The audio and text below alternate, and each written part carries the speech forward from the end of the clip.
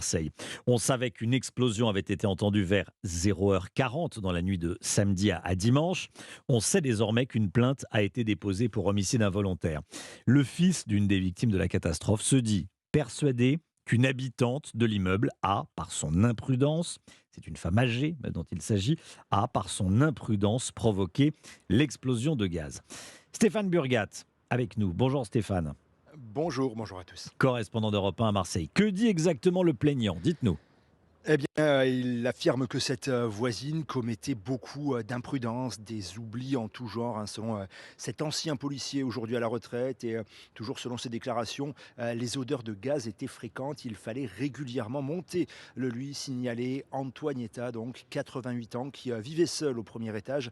Alors sa gazinière aurait bien été remplacée par une cuisinière électrique suite à des soucis avec l'utilisation de l'appareil au gaz, nous confirme le parquet de Marseille qui reste très mesuré, très prudent sur cette piste car deux versions s'affrontent, hein, aujourd'hui. Il est encore assez tôt finalement dans l'enquête. Selon le plaignant, Antoinetta a continué d'utiliser un appareil de cuisson au gaz, version formellement démentie par la famille de la retraitée, les services sociaux, les petits frères des pauvres aussi, hein, qui la suivaient, affirment qu'elle n'était pas sénile, que la question de son maintien à domicile ne se posait pas.